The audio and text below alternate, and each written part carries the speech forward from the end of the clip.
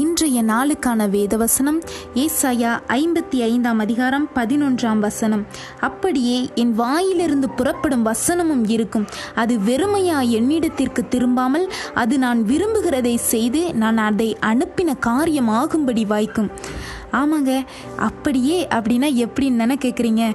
மாரியும் உறைந்த மலையும் வானத்திலிருந்து இறங்கி அவ்விடத்துக்கு திரும்பாமல் பூமியை நனைத்து அதில் முளை கிளம்பி விளையும்படி செய்து விதைக்கிறவனுக்கு விதையையும் புசிக்கிறவனுக்கு ஆகாரத்தையும் கொடுப்பது எப்படியோ அப்படியே. மழை முளையை கிளப்பி விதைக்கிறவனுக்கு விதையும் புசிக்கிறவனுக்கு ஆகாரத்தையும் கொடுப்பது எப்படியோ அப்படி அவருடைய வாயிலிருந்து புறப்படும் வசனம் இருக்குமாங்க. அவர் தம்முடைய வசனத்தை அனுப்பி குணமாக்குகிற தேவனுங்க. அவருடைய வசனத்தில் வல்லமை இருக்குங்க. கர்த்தர் அநேக வாக்குத்தத்தங்களை உங்களுக்கு கொடுத்துருக்காருலாங்க.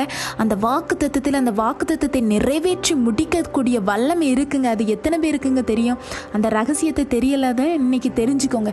நீங்கள் ஜெபிக்கும் பொழுது அந்த வார்த்தையை அனுப்பி ஜெபம் பண்ணினீங்கன்னா அந்த வசனம் வெறுமையாய் திரும்பாதுங்க. அது அனுப்பின காரியம் ஆகும்படி வாய்க்குங்க. இஸ்ரவேலுக்கு விரோதமான மந்திரவாதம் இல்லை, குறிச்சொல்லுதலும் இல்லை என்று வசனத்தை சொல்லி ஜெபிங்க. மந்திரவாதம் இருக்காது, குறிச்சொல்லுதலும் இருக்காதுங்க.